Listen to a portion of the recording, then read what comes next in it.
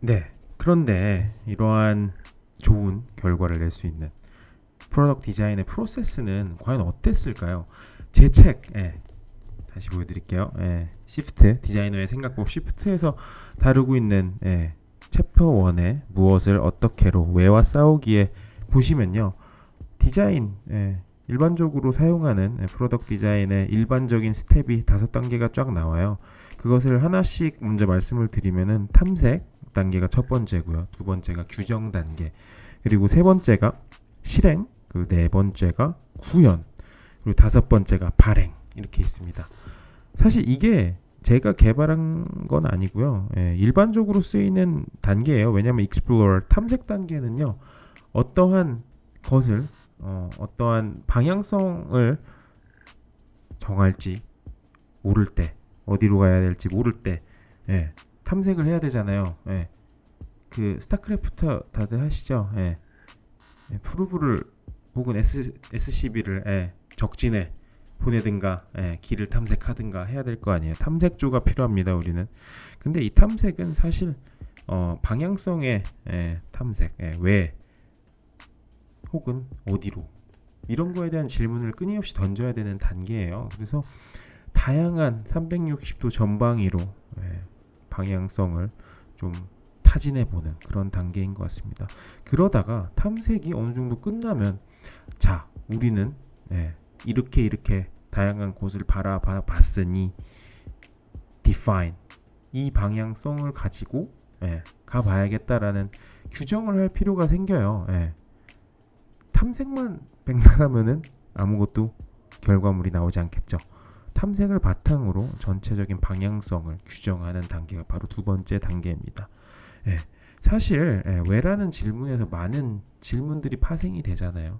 그 조각들을, 그것에서 얻어진 answer, 해답이라고 보긴 좀 뭐하지만 파편적인 대답들을 모아서 하나씩 맞춰가는 퍼즐 맞추기의 과정이라고도 볼 수 있습니다. 그래서 어느 정도 퍼즐이 맞춰지면은 이제 실행 단계가 바로 밑그림이 잡혔으면은 이 본격적으로 이제 그림을 그리는 것이 바로 실행 단계라고 볼 수 있는 것이죠. 영어로 하면은 execution이에요. execution 단계인데 앱으로 치면은 어느 정도 내가 예를 들어서 고객이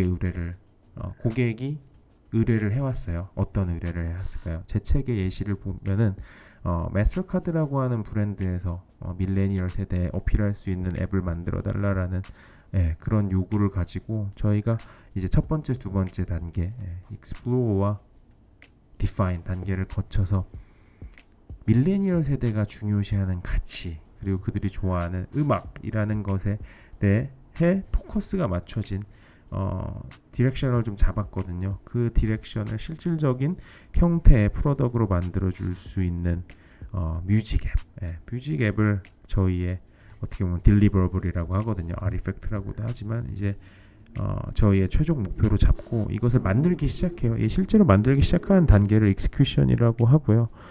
밀레니얼 세대가 어떻게 보면은 음악과 소셜 네트워크 서비스를 되게 중요시하기 때문에 이것을 연결시켜 줄 수 있는 형태의 서비스와 프로덕트를 만들어 보자라는 게, 앱을 만들어 보자라는 게 저희의 취지였었거든요. 이 책에서 설명하고 있는.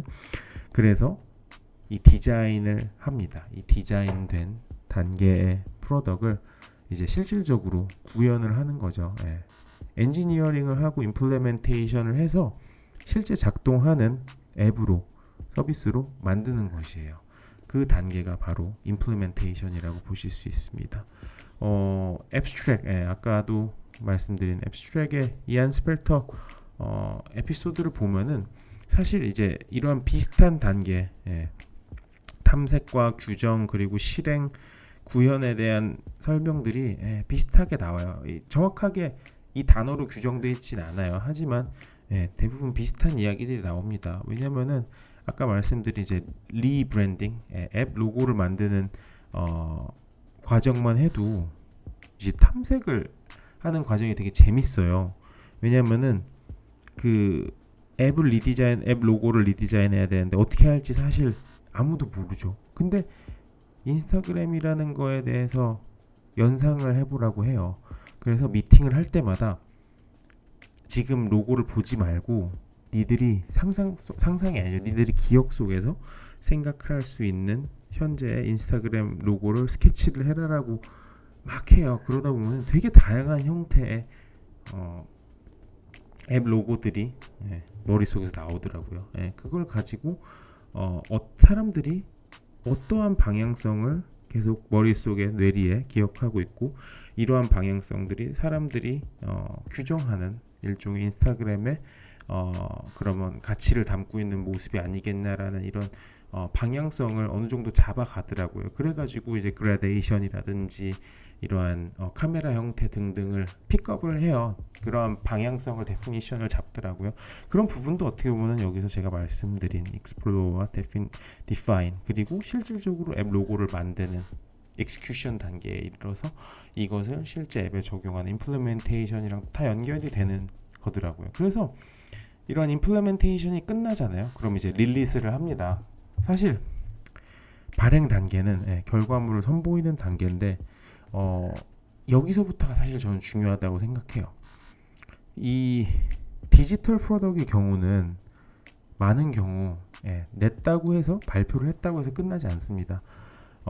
제가 이 어떻게 보면 현재 하고 있는 마이크로소프트에서 일을 하고 있는 대다수의 프로덕트들의 경우 사실 100% 프로덕트들이죠. 나온 프로덕트들을 계속해서 릴리즈한 후에도 그 피드백을 계속 받아요. 그러니까 릴리즈가 한 번 하고 영원히 땡이 아니라 뭐 1년에 한 번 하고 땡이 아니라 계속 업데이트를 릴리즈를 함으로써 이제 피드백을 받는 그런 과정의 시작인 것이죠. 릴리즈가 어떻게 보면은 하나의 완벽한 끝이 아니라 시작점인 거예요.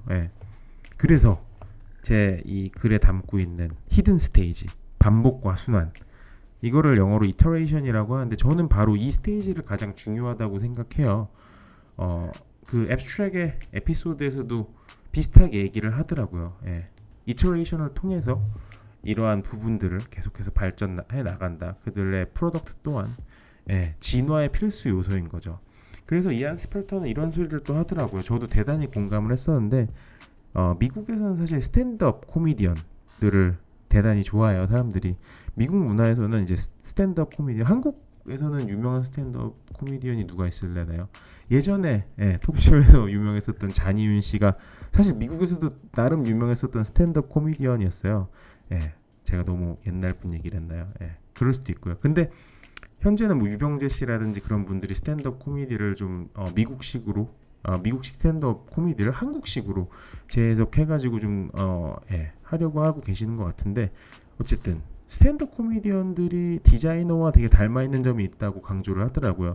그 이유는 그들의 프로덕트는 사실 그 쇼잖아요. 그 쇼가 나오게 되면은 그러니까 그 쇼를 여기저기를 돌면서 테스트를 하는 거예요. 이 조크를 던졌을 때, 이 쇼를 했을 때 사람들의 반응을 보고 그 반응을 기반으로 해서 계속 업데이트를 하더라 이 말을 하더라고요. 그래서 그 쇼와 프로덕트가 그들의 조크를 갈고 닦음으로써 하나의 완성된 프로덕트로 만들어 간다라는 게 포인트였어요. 그런 의미에서 이 프로덕트 디자인과 그 어떻게 보면은 스탠드업 코미디언들은 되게 닮은 점이 있다라는 말을 하더라고요. 저는 대단히 공감을 했어요. 저도 그래서 이터레이션이 히든 스테이지 반복과 다시 재가공을 통한 발전이 가장 중요하다고 이 책에도 언급을 했거든요. 왜냐면은 이 프로덕트는 에버그로잉이에요. 에코시스템, 테크놀로지, 디자인 모두 계속 발전을 하기 때문에 프로덕트들이 계속 하나를 냈다고 해서 멈춰 있을 수 있는 고인물의 개념이 아니라 계속해서 발전하는 그러한 에버그로잉의 컨셉을 가지고 있어야 해요. 요즘 시대의 프로덕트일 경우에는 말이죠. 디자인은 결국에는 사람을 향합니다. 그러다 보니 바로 이 히든 스테이지, 반복과 순환, 이 이터레이션의 단계는 그 무엇보다도 중요하다고 할 수 있어요. 인간을 향한 사용자들을 위한 디자인을 하기 위해서 끊임없이 피드백을 받고 그것을 통해 발전된 기능과 피처 그리고 익스피리언스를 만드는 것이 바로 우리 프로덕트 디자이너들의 역할과 사명이기도 하거든요. 그런 만큼 저는 사실 이제 이 책에서 가장 여러분들 이제 제 책을 디자이너의 생각법 시프트를 사랑해 주시는 많은 분들이 계시지만 그 중에서도 과연 이 프로덕트 디자이너들은 어떤 생각을 가지고 어떤 프로세스를 통해 디자인 작업물을 내는지에 대해서 궁금하시다면은 바로 제 챕터 1에 무엇을 어떻게로 왜와 싸우기 바로 이 글을 추천드리고 싶어요. 그리고 앞으로도 이제 제가 이제 말씀드린 것처럼 제 책 안에 다양한 내용들을 바탕으로 에피소드를 좀 구성을 해볼 생각인데요. 궁금하신 점이나 또 제가 어떤 챕터를 다뤘으면 한다라는 거를 여러분들이 원하신다면 페이스북 통해서 메시지 주시거나 댓글로 달아주시면 또 내 참고하면서 이슈들을 또 제작을 한번 해보도록 하겠습니다. 그리고 넷플릭스 앱스트랙트 아직 시즌 안 보셨으면은 꼭 보세요. 정말 재밌어요. 시즌 1도 정말 재밌고요. 2도 재밌어요. 그리고 아예 넷플릭스 이 앱스트랙트 시즌 1, 2에 있는 제가 좋아하는 내용들을 가지고 또 리뷰를 해볼 생각도 있으니까요. 그런 것도 좀 기다려주시면 좋을 것 같고요. 말씀드린 것처럼 일주일에 하나 혹은 2개 정도의 제 생스터 TV 에피소드를 꾸준히 또 업로드할 예정이니까요. 많은 사랑 부탁드리고요. 역시 구독과 좋아요 꼭 눌러주시면 감사하겠습니다. 그럼 모두 좋은 하루 되시길 바라면서 오늘은 여기까지 하겠습니다. 감사합니다.